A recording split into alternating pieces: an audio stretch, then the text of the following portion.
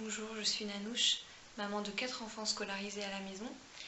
Je vais vous présenter notre programme en instruction en famille pour l'année 2018-2019. Mes enfants ont 2, 5, 8 et 11 ans. Évidemment, le petit de 2 ans n'est pas en instruction obligatoire. La troisième non plus qui a 5 ans. Mais on fait quelques petites choses avec elle quand même. Je vais commencer avec ma fille qui est en niveau CE2. Alors d'abord, on travaille le lundi, mercredi et vendredi, 1 heure le matin et 1 heure l'après-midi.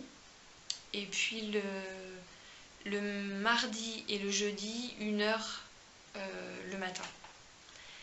Alors, je vais commencer pour ma fille qui est en CE2. Pour le matin, on fait une demi-heure de français et une demi-heure de maths. Pour le français, j'utilise la méthode Cléo, alors qui est aussi utilisée dans les écoles. Ce que je trouve génial, c'est qu'il y a une programmation toute prête dans les premières pages.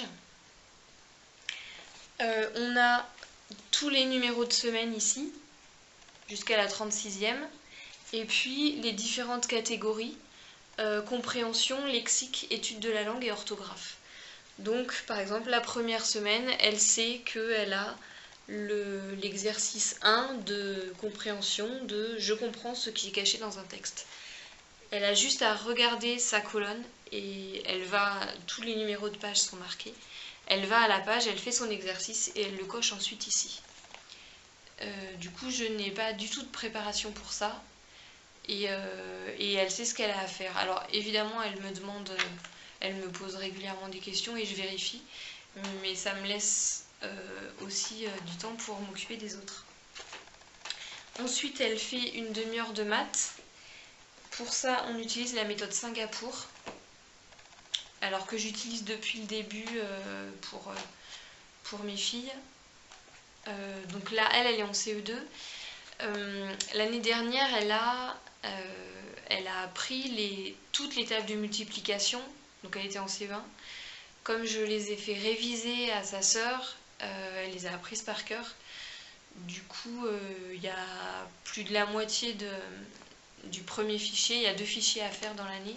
Et la moitié du premier fichier, plus de la moitié, elle les a déjà tous faits. Donc normalement, elle fera le CE2 et une partie du CM1.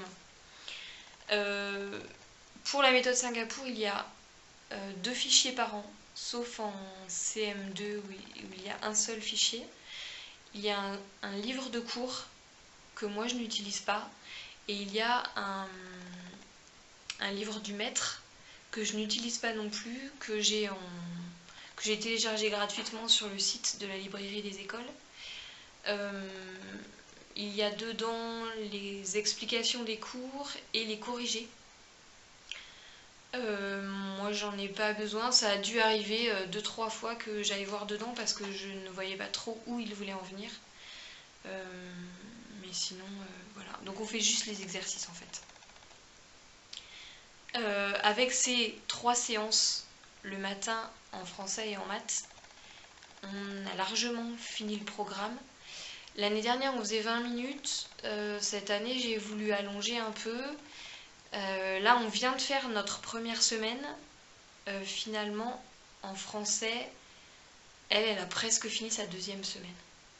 Donc après ça dépend, les semaines sont pas toutes égales. La première semaine était très courte.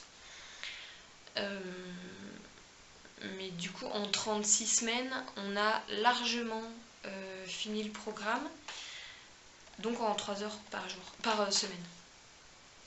En plus pour les maths, cette année je lui fais utiliser le site Khan Academy.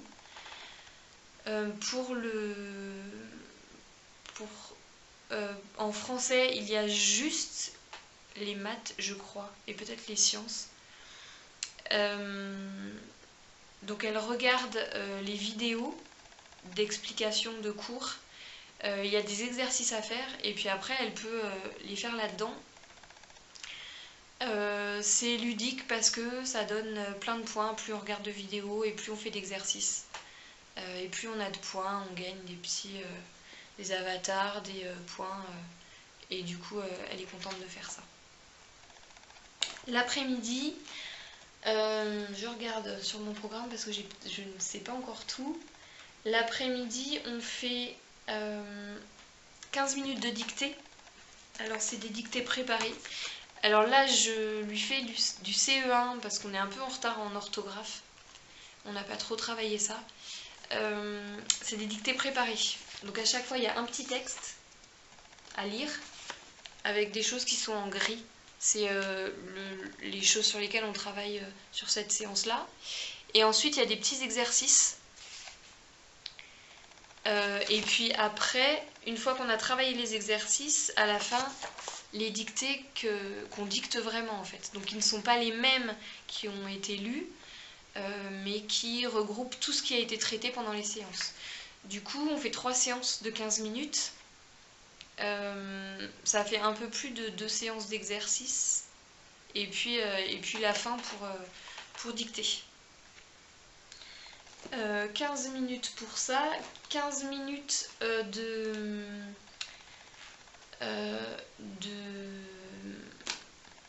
lecture.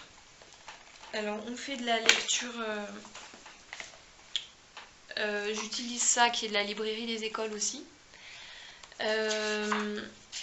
C'est des petits morceaux de livres où par exemple on commence par Fifi Brin d'Acier. Donc il y a en tout 14 passages je crois. Oui 14 je crois. Oui c'est ça. Pour chaque là c'est un passage.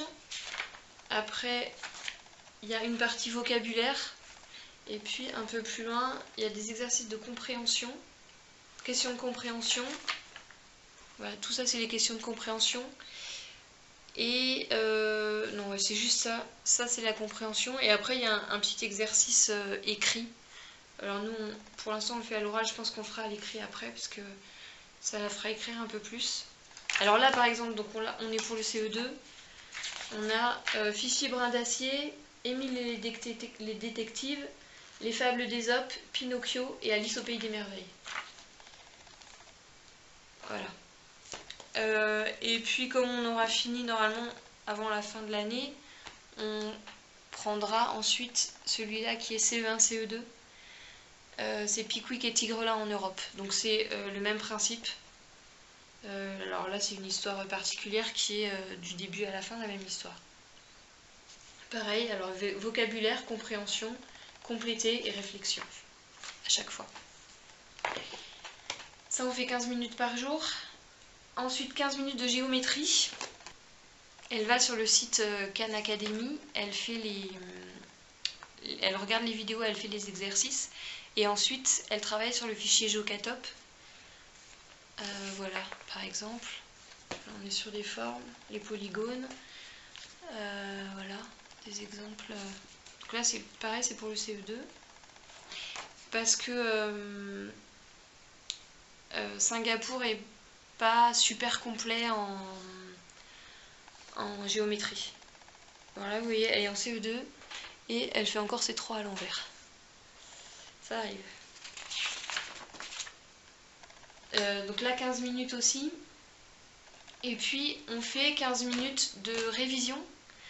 Dans les 30 minutes du matin de Singapour, elle ne va pas faire les problèmes.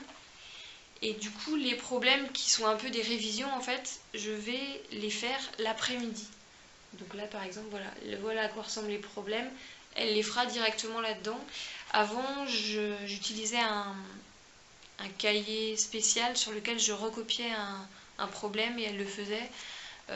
C'était un peu dommage puisqu'il y en a plein là-dedans. Et puis, je lui fais refaire une opération. Donc, pour pas oublier n'importe quelle opération, enfin une des 4 opérations une fois qu'elle les aura toutes vues.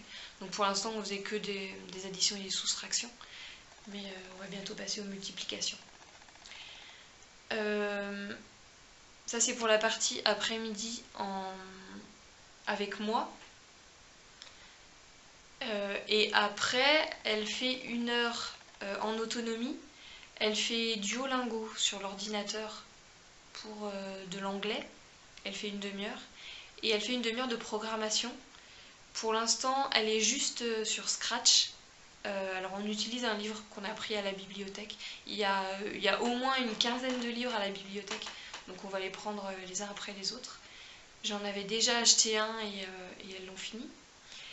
Donc elle fait une demi-heure de Scratch. Donc c'est tout, voilà, son programme pour la semaine. Et puis le mardi et le jeudi matin, là je vais en parler pour la 6e, puisqu'en fait elle suit ce que ma grande fait.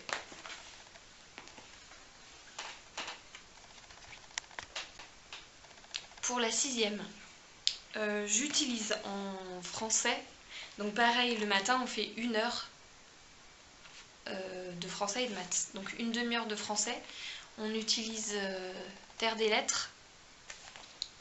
J'ai l'édition de 2013. Alors on fait de l'étude de la langue. Alors il y a une progression au début. Donc par exemple on commence par le verbe qui est la fiche 1. Ensuite c'est la conjugaison, infinitif, auxiliaire et participe passé qui est la fiche 22. Il y a 48 fiches je crois. Donc là on a testé la première semaine. Et en une semaine, donc en 3 fois 30 minutes, on a fait exactement la première fiche.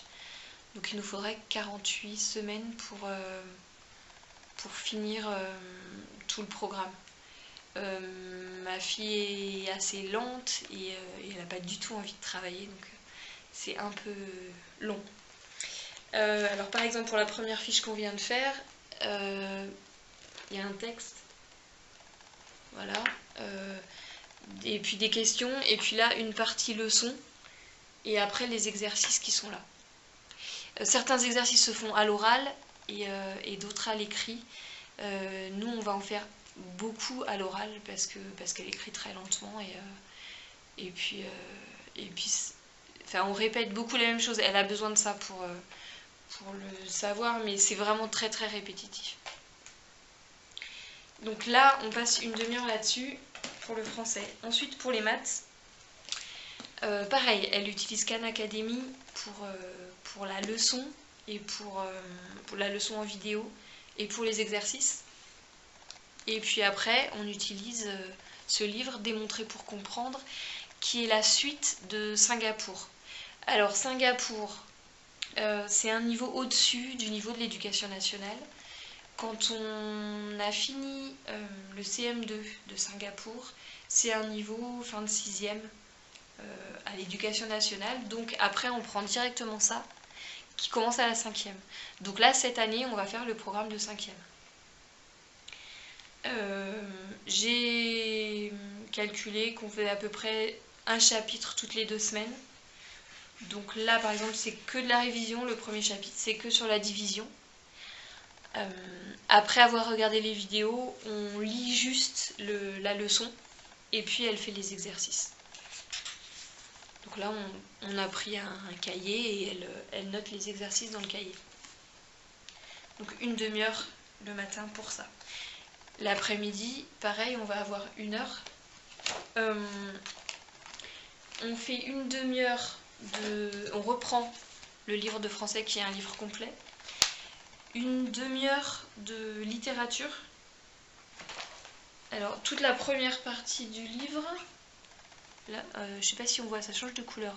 C'est orange, tout ce qui est en orange c'est étude de la langue et tout ce qui est au début c'est littérature. Alors il y a différents chapitres, c'est très très complet, il y a beaucoup de textes. Il y a 10 chapitres en rapport avec le programme. Poésie, contes. Alors les contes, c'est les contes traditionnels, récits d'invention, récits entre contes et mythes, Ensuite, les textes fondateurs, récit des origines, héros, Odyssée, Ancien Testament, les fables et le théâtre. Alors j'ai regardé un peu le planning de notre année et puis j'ai dispatché ça sur l'année par thème. À chaque fois, pour chaque chapitre, il y a différents thèmes. Alors par exemple, voilà, un texte. J'espère qu'on voit bien. C'est le soir là, donc il n'y a pas beaucoup de lumière. Le texte, les questions de compréhension là, et du vocabulaire, et parfois une œuvre, une peinture, etc. qui se rapporte au texte. Et puis à la fin, il y a des questions de vocabulaire.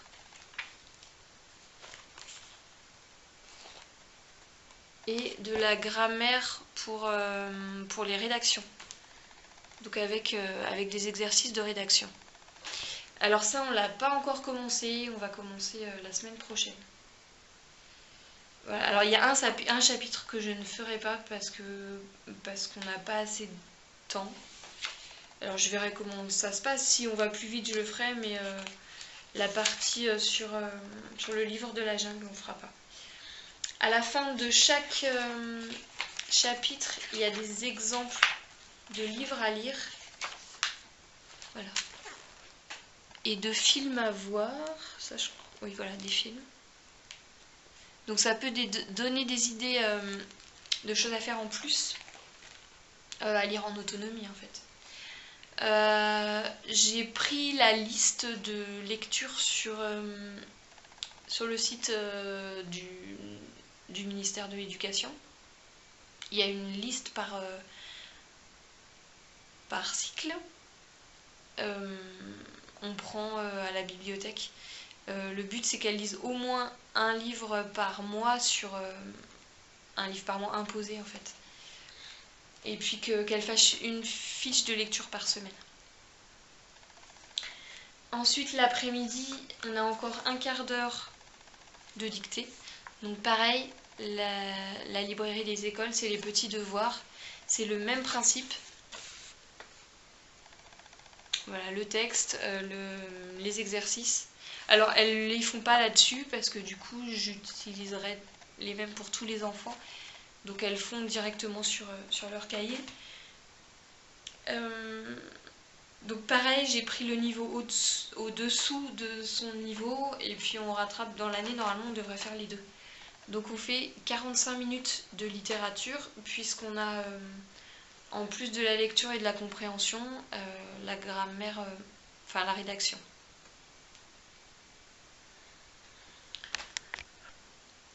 Le matin, après avoir fini son heure de français et de maths, pendant que moi je commence à faire à manger, elle vient avec moi dans la cuisine et on travaille l'anglais.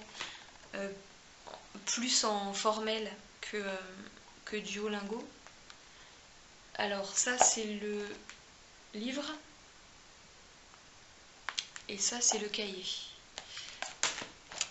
Alors là, c'est pareil, on vient juste de commencer. Voilà, il y a un cahier avec des exercices à remplir. Il y a un CD, un DVD et un CD à écouter. Voilà. À quoi ça ressemble. Donc là, on commence juste...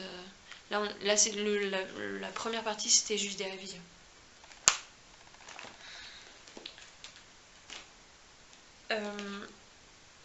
Après, pareil que ma deuxième, pendant une heure, elle fait de la programmation et Duolingo. Alors elle a choisi l'espagnol. Donc elle fait une demi-heure d'espagnol sur Duolingo et une demi-heure de programmation. Elle a commencé Python, qui est un peu plus compliqué et qui n'est pas adapté à ma deuxième en fait. Le mardi et le jeudi matin, on prend une heure pour faire des sciences ou de l'histoire géo. on va faire sur plusieurs semaines d'histoire, plusieurs semaines de géo, plusieurs semaines de sciences, etc. J'ai tout divisé en périodes en fait. Alors les sciences, j'ai pris ce livre-là, qui est de Hachette. Pareil, tout est divisé en chapitres, donc j'ai fait une programmation en fonction de ça. Il y a différents projets sympas. Par exemple, là, sur la science en cuisine, avec un parcours possible. Hop, voilà. Après, on cherche des liens sur YouTube. Il y a plein de choses à faire en plus. Là, par exemple, en histoire, on a commencé l'histoire. Ça commence par la préhistoire. Il y a un lien d'une vidéo, voilà. Par exemple, là, on nous donne le lien d'une vidéo. On a regardé la vidéo en même temps. Celui-là, c'est lelivrescolaire.fr. Le livre est en accès libre numérique. Moi, je trouve que c'est bien de l'avoir en papier, donc je l'ai acheté aussi. Mais on peut le feuilleter, on peut travailler juste avec le site, en fait. Donc ça, en 2 heures par semaine. Non, même pas. Enfin oui, 2 heures par semaine pour les deux, on devrait tout faire. Voilà pour le programme et pour les livres. Pour ma troisième, donc qui est en grande section, elle sait lire, enfin elle déchiffre, il lui manque encore quelques sons complexes. On en est à la moitié à peu près de la méthode de la planète des alphas. Alors ça c'est le guide du maître. Ici j'ai le classeur des fiches. J'ai peut-être m'en sortir.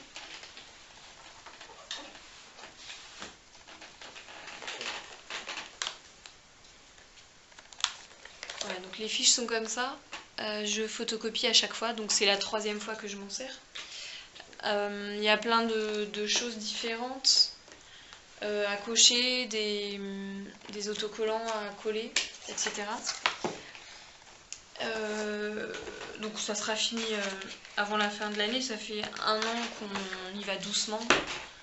Là maintenant elle se pose vraiment à chaque fois que les autres travaillent. Après quand c'est trop long, enfin quand elle en a marre, elle n'est pas obligée de rester longtemps, mais des fois elle va faire 3 fiches de suite, ça dépend.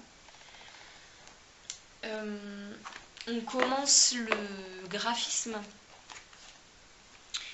J'ai lu les livres de... comment il s'appelle ? Je sais plus. Daniel Dumont. Voilà. Le livre s'appelle Le geste d'écriture, je crois. Il y a 3 cahiers d'exercices. Alors c'est vraiment... il faut avoir lu le livre, je pense. Parce qu'on ne fait pas que remplir des cahiers, il y a plein de choses à faire physiquement avant de se mettre à l'écriture. Le fait de faire des boucles avant de commencer à faire des E, des L, etc. Il y a un ordre pour les lettres, on ne commence pas par le A par exemple. Le A c'est pas du tout la première lettre à faire. Donc par exemple il faut faire le mouvement du hockey. Du hockey sur glace, enfin sur glace, mais sur gazon, n'importe. Le fait de faire ce mouvement-là, ça met en place pour l'écriture. Le fait de placer des objets à certaines distances régulièrement. Le fait de faire passer un objet vers un autre. Alors je sais pas avec la caméra si vous êtes dans le bon sens, mais bon. De la gauche vers la droite. Par exemple, on met... des animaux en plastique, la maman et puis le petit, et puis on va approcher le petit de la maman. Le fait de toujours aller dans le même sens pour découvrir l'écriture. Je pense qu'il faut avoir lu le livre pour vraiment découvrir ça. Et puis après il y a les 3 cahiers qui sont normalement PS, MS et GS. Voilà. Petite, moyenne et grande section. Voilà, donc ça commence par...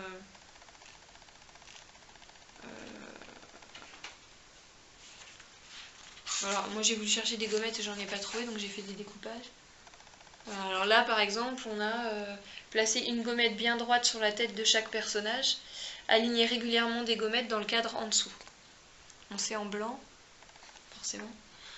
Et avant, activité préparatoire, disposer des plots dans une rangée de trous sur un jeu, disposer des objets comme les plots du jeu, coller des gommettes sur une ligne d'une grille, aligner régulièrement des objets comme sur la grille, marcher en file indienne, écouter une histoire de porteur et vu des images de porteurs, observer des chapeaux de différentes formes, etc. etc. Tout ça, c'est les prérequis pour commencer à faire cette page-là. Alors, il y a deux côtés en plus. Et là, par exemple, il faut commencer... En fait, on commence à connaître les doigts.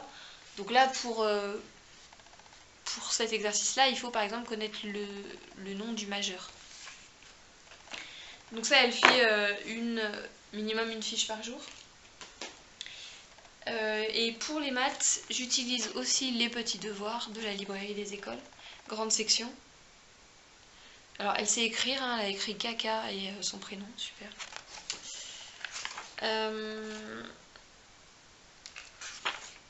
Voilà, par exemple. Alors là, à chaque fois, il y a du graphisme. Donc là, forcément, on n'a pas encore super bien travaillé le graphisme. Donc c'est très approximatif. Mais ça, on l'a fait en juin, je crois. Là, c'est ce qu'elle a fait aujourd'hui, par exemple. Voilà. Il y a 6 mois, elle n'écrivait pas du tout, du tout. Voilà. Donc là, par exemple, c'est colorier les dés avec 6 faces. Là, j'entends, c'est le soir, ils sont en train de dormir, mais j'entends des voix. Là, du coup, c'est l'addition ou la soustraction, puisqu'il faut compter le nombre de fleurs et en ajouter pour que ça fasse 6. Voilà, et à la fin, on arrive... on doit arriver à 10, ouais, voilà, les compléments de 10. Une fois que ça sera fini, on commencera à faire le CP. Je sais pas du tout combien de temps ça nous prendra, suivant son évolution. Par exemple, l'année dernière, en graphisme, elle n'y était pas du tout, du tout. Et là, je vois qu'elle avance bien. Donc je me rends pas du tout compte. On n'est pas du tout pressé, puisque du coup elle est, le CP, c'est que dans un an. Donc elle sera inspectée que l'année prochaine. Alors pour tout le reste, j'ai déjà expliqué dans l'autre vidéo. Je rappelle vite fait. Donc l'heure du matin et l'heure de l'après-midi, on est ici autour de la table. Je vous montre, c'est pas du tout rangé, mais je vous montre quand même comment c'est. Voilà, donc ça c'est la table sur laquelle on travaille. Donc on est toutes les 4 autour de la table. Et le petit, il joue par terre. Alors là par exemple, voilà, on a une caisse avec des jeux Grims. Là en dessous il y a des livres, là. Tout ça c'est des livres. Voilà, il y a des jeux. Là par exemple en bas il y a des... Hop, on voit pas, des puzzles, etc. J'essaye de changer régulièrement ce qu'il a pour que... Enfin voilà, pour que ça change et qu'il n'ait pas toujours les mêmes choses pour jouer. Après, ça m'arrive de lui courir après, etc. Mais bon, j'ai déjà parlé de tout ça, je vous renvoie sur les autres vidéos. Tout ce que j'ai dit, ça sera dans l'article sur le blog. Je vois que ma batterie est déchargée, donc ça va s'arrêter. Merci et n'hésitez pas si vous avez des questions, je répondrai dès que possible. À bientôt, au revoir.